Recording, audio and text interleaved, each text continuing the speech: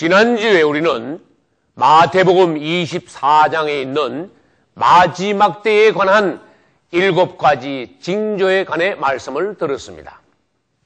오늘은 마태복음 24장 외에 성경 여기저기 다른 곳에 있는 7가지 마지막 때의 징조에 관하여서 더 말씀을 듣기로 하겠습니다.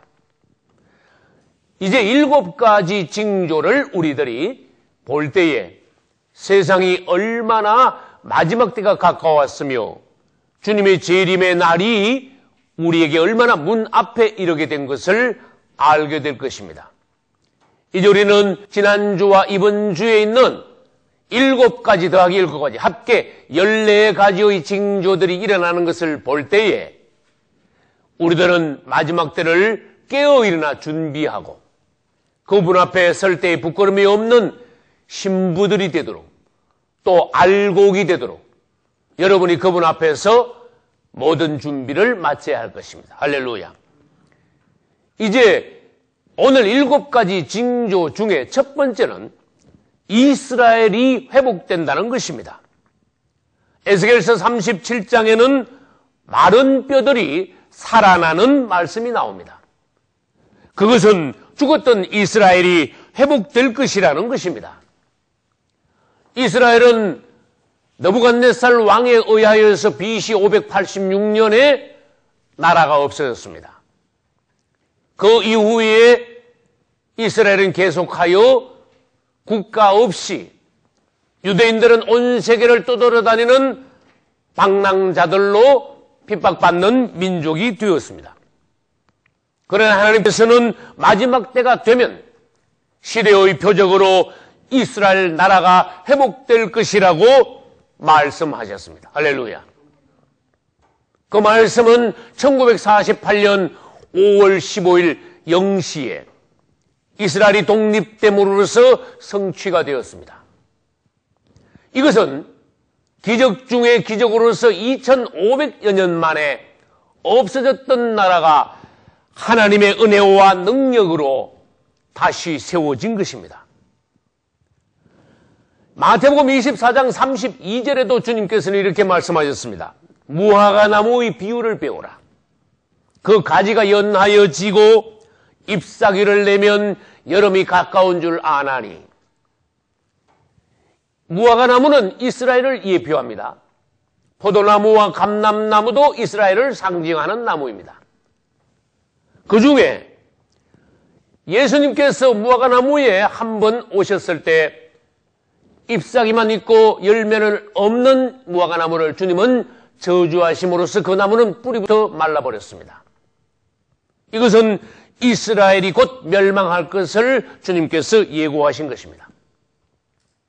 그러나 주님의 말씀은 죽은 무화과 나무가 언젠가는 다시 되살아날 때가 올 것이다. 그것이 바로 마지막 때의 징조라는 것입니다. 우리는 1948년에 이스라엘이 독립한 것을 보고 주님이 얼마나 가까웠느냐 하는 것을 다시 깨달아야 합니다. 이것은 성경에서 예고된 마지막 때의 징조이기 때문에 그렇습니다. 둘째, 이스라엘이 회복되고 나면은 그동안 전 세계에 흩어져 있던 천수백만 명이나 되는 유대인들, 즉 디아스포라가 본국으로 돌아오되 한 사람도 남기지 않고 다 돌아온다고 말씀하셨습니다.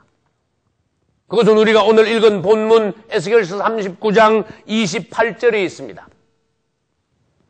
전에는 내가 그들을 흩어 열국에 이르게 하였거니와 이제 내가 그들을 다시 모아 고토로 돌아오게 하고 그 한 사람도 이방에 남기지 아니하리라. 할렐루야. 여러분 신명기 28장 64절에는 이스라엘이 하나님을 떠나고 범죄할 때에 그들이 온 세계에 흩어지게 될 것을 주님은 예고하셨습니다. 그 반면에 신명기 30장 3, 4절과 이사야 43장 5, 6절에는 마지막 때가 되면은 그들을 다시 모으시겠다고 약속하신 말씀이 있습니다. 그 약속대로 온 세계에 흩어져 있는 유대인들은 지금 속속 본국으로 돌아오고 있습니다. 이것은 얼마나 놀라운 기적입니까? 이제 우리는 한번 생각해 보세요. 온 세계에 흩어져 있는 천수백만 명의 유대인들이 많이 돌아온다. 대부분 돌아온다. 그것이 아니고 한 사람도 이방에 남기지 않고 모두 돌아올 것이라고 에스겔서 39장 28절에서 말씀하셨어요. 이것이 하나님의 약속이요, 하나님의 능력이요, 그분의 기적입니다. 이것을 다른 표현으로 말하면은 제2의 출애굽이라고 말할 수 있습니다. 지금부터 3450년 전에 모세는 애굽에 있는 이스라엘을 데리고 나왔습니다. 그것이 출애굽입니다. 한 사람도 없이 애굽에서 다 나왔습니다. 할렐루야. 그때 애굽에서 나온 이스라엘은 많은 재물을 가지고 나왔습니다. 앞으로 제2의 출애굽에는 온 세계에 흩어져 있는 유대인들이 한 사람도 없이 본국 가나안 땅으로 돌아온다는 것이 하나님의 마지막 때의 징조에 대한 말씀입니다. 그들 역시 3450년 전과 같이 큰 재물을 가지고 돌아오게 될 것입니다.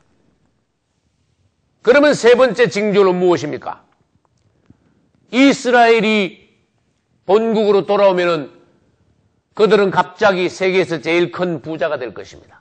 왜? 유대인들은 부자니까. 그 좁은 땅에 온 세계에 흩어져 있는 유대인들이 자기들의 재산을 가지고 다 돌아오면은 이스라엘은 세계에서 갑자기 제일 큰 부자 나라가 됩니다. 그때 러시아가 탐심을 품고 연합군을 조직하여 이스라엘을 쳐들어온다는 것입니다. 그것이 에스겔서 38장과 39장에 있습니다. 에스겔서 38장에는 마곡 땅과 그 왕 고기에 관하여 말씀하고 계신데 그것은 오늘날 러시아를 가리키는 것입니다. 옛날 출애굽 당시에 이스라엘이 큰 재물을 가지고 나왔지요. 그때 바로 왕은 모든 군대를 동원하여 이스라엘을 뒤따라왔습니다. 그러다가 바로의 군대는 홍해에서 몰살하고 말았습니다. 이것은 앞으로 있을 일의 그림자입니다. 앞으로 제2의 출애굽 때는 온 세계에 흩어져 있는 유대인들이 본국으로 돌아올 때 큰 재물을 가지고 돌아옵니다. 러시아는 이 재물을 탐내어 연합군을 조직하여 이스라엘을 침략하게 될 것입니다.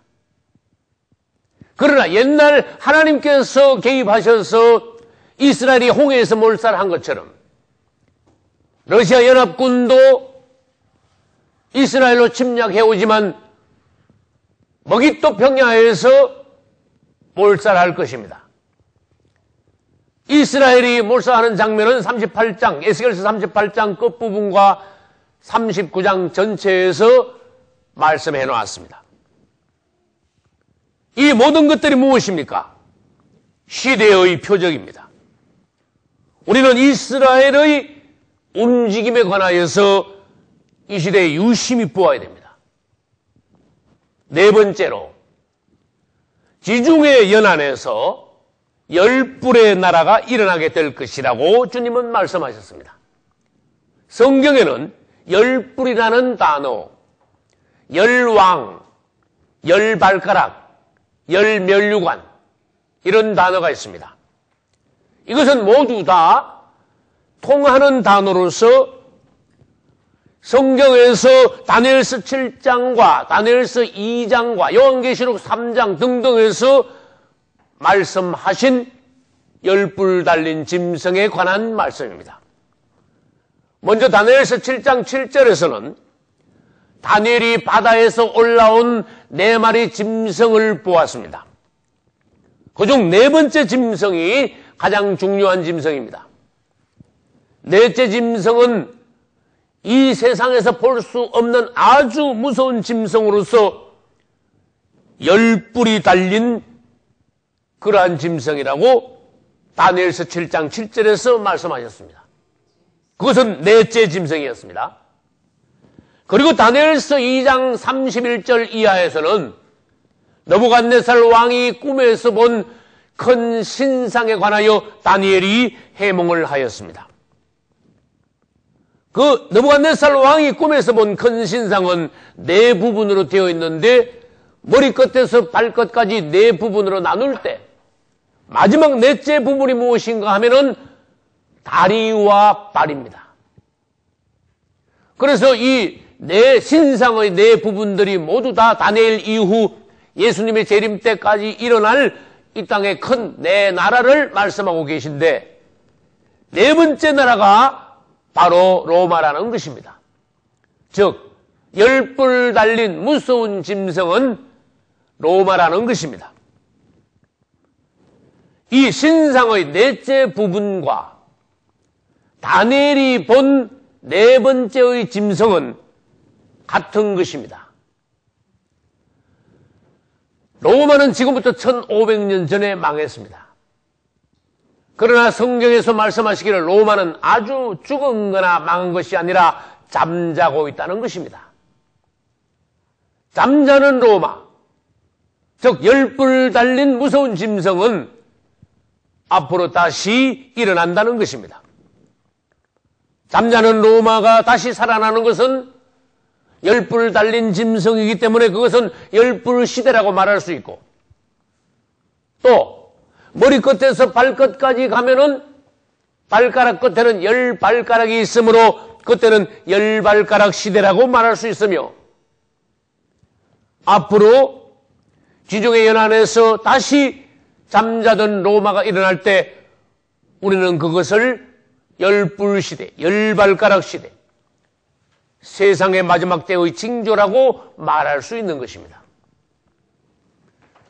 그 다음 5번째, 적그리스도와 거짓 선지자가 앞으로 출현할 것이라고 성경에서 말씀하셨습니다. 먼저 계시록 13장 1절에서는 바다에서 올라온 열뿔 달린 또 머리가 7인 짐승에 관하여 말씀하셨는데 그것은 적그리스도를 말씀하고 계신 것입니다. 그리고 계시록 13장 11절에서는 땅에서 올라온 2뿔 달린 또 다른 짐승에 관하여 말씀하셨는데 그것은 바로 거짓 선지자입니다. 그리고 다니엘서 7장 8절에서는 10뿔 사이에서 작은 뿔이 하나 올라와 그것이 갑자기 제일 큰 뿔이 된다고 말씀하셨습니다. 이 모든 것은 적그리스도에 관한 말씀입니다. 그러면 적그리스도는 어디서 나타날 것인가? 지중해 연안 국가, 정치계에서 적그리스도는 나타나게 될 것입니다. 반대로 거짓 선지자는 어디에서 나타날 것인가? 종교계에서 나타나게 될 것입니다. 이제 이 모든 것들은 우리는 앞으로 소개를 통하여 차츰 상세히 말씀을 나누기로 하겠습니다. 그러면 적그리스도는 어느 나라에서 나올 것인가?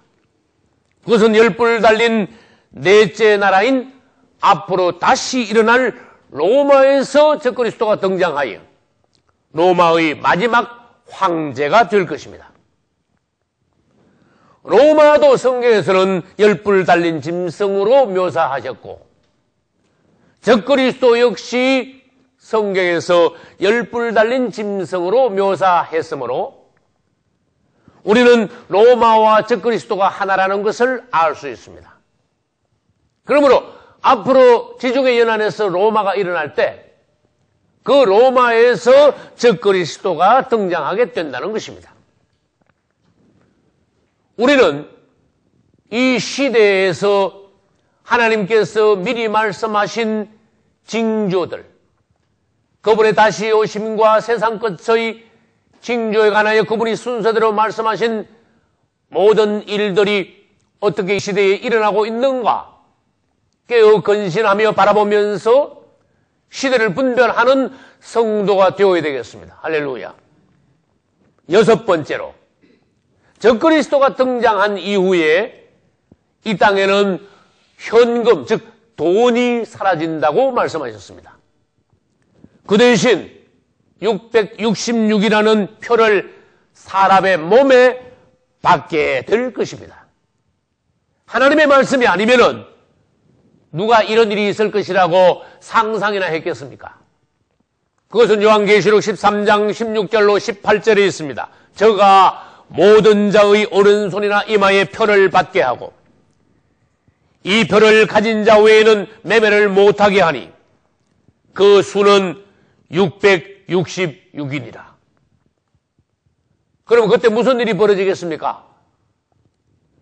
안 믿는 사람들, 세상 사람들은 100% 전부 다 적그리스도의 표고 666표를 오른손이나 이마에 다 받게 되어 있습니다. 그러나 문제는 교회 안에 있습니다. 교회 안에서 어떤 자들은 잠시 목숨을 연명하기 위하여서 에서처럼 자기의 장자권을 팔고 적그리스도의 표를 받게 될 것입니다. 그러나 거듭난 성도들은 끝까지 666표를 받지 않고 그 대신 성도의 환란에 들어가게 될 것입니다. 그러고 난 이후에 성도의 환란이 끝나면은 그분이 공중재림하시는 동시에 거듭난 성도들, 즉 성도의 환란을 통과한 성도들은 휴거되는 것입니다. 할렐루야. 그러면 적그리스도가 등장하고 현금과 수표와 카드가 없어지고 돈 대신 오른손이나 이마에 표를 찍는 것은 이건 무슨 일입니까? 이건 마지막 가장 큰 성도들에 대한 믿음의 시험입니다. 적그리스도의 등장은 알곡과 가라지를 교회 내에서 가려내는 추수, 태풍에 해당되는 것입니다. 우리는 지금 이 시대에 지금 이 순간에 알곡이 되어야 합니다. 그분을 진정 사랑하시고 말씀 안에서 생활하시고 세상을 떠나 세상을 끊고 그분 안에서 여러분들이 신부단장 열심히 할 때에 그분은 여러분들을 긍휼히 여기셔서 그분이 오시기 전에 여러분들을 알곡으로 만드실 것입니다. 할렐루야. 마지막 일곱 번째, 배도 사건이 있게 될 것이라고 데살로니가 후서 2장 3절에서 말씀하셨습니다. 먼저 배도하는 일이 있겠고, 이 말씀은 무슨 말씀인가 하면은 그분이 재림하시기 전에 먼저 배도 사건이 있을 것이다. 그럼 배도가 뭡니까? 배자는 배반한다는 배고 도는 길도자입니다. 이 말씀은 무슨 말씀인가 하면은 우리가 예수 그리스도를 믿다가 길 대신 우리 예수님을 배반하여 떠나는 사건이 교회 내에 크게 일어날 것이다 라는 것입니다. 그러면 배도 사건이 무엇입니까? 다시 말해서 교회 안에서 많은 이들이 예수 믿다가 적그리스도가 등장하여 영적 태풍이 불면은 그중에 가라지와 쭉정이들이 대거 예수 그리스도를 버리고 그분을 배반하고 믿음과 교회를 떠나게 된다는 것입니다. 그것이 배도 사건입니다. 우리는 마지막 때 우리가 그분을 떠나지 않고 그분을 배반하지 않기 위해서는 지금 알곡이 되어 있어야 합니다. 여러분, 많은 사람들이 예수 믿지만은 마태복음 25장의 10처녀의 비유처럼 그 중에 5은 슬기로운 처녀요, 5은 미련한 처녀로서 슬기로운 처녀들은 혼인잔치에 들어갔지만 미련한 처녀들은 나중에 와서 문을 아무리 두드려도 그 문은 열리지 않았습니다. 혼인잔치에 들어가지 못했습니다. 장차 혼인잔치는 성도들이 휴거되고 난 뒤에 공중에서 혼인잔치가 있습니다. 할렐루야. 다시 말해서 미련한 5 처녀 절반입니다. 그들이 혼인잔치에 들어가지 못했다는 것은 휴거되지 못했다는 것을 예표합니다. 여러분 예수 잘 믿으시고 휴거되셔야 됩니다. 할렐루야. 우리 신랑 예수 오실 때에 들림받고 그분의 신부로서 혼인잔치에 들어가야 됩니다. 할렐루야. 그런데 많은 사람들이 예수 믿다가 마지막 때에 가면은 그분을 배반하고 떠나버린다는 것입니다. 그들을 오늘날의 에서의 후예들이라고 말할 수 있습니다. 디모데전서 4장 1절에도 후일에 어떤 사람들이 믿음에서 떠나 그렇게 말씀하셨어요. 미혹하게 하는 영과 귀신의 가르침을 쫓으리라. 여러분 우리 믿음이 어떠한가 오늘날 점검해야 됩니다. 오늘날 믿음은 초대교회 시대 때 되면은 사실 부끄러운 믿음입니다. 여러분들이 아무리 여러분의 믿음을 강화시켜도 초대교회 성도들의 믿음 되면은 부족합니다. 여러분의 믿음이 더 강화되시기를 예수 이름으로 축원합니다. 그러면 앞으로 있을 일들을 대강 다시 정리하고 오늘 말씀을 마치겠습니다.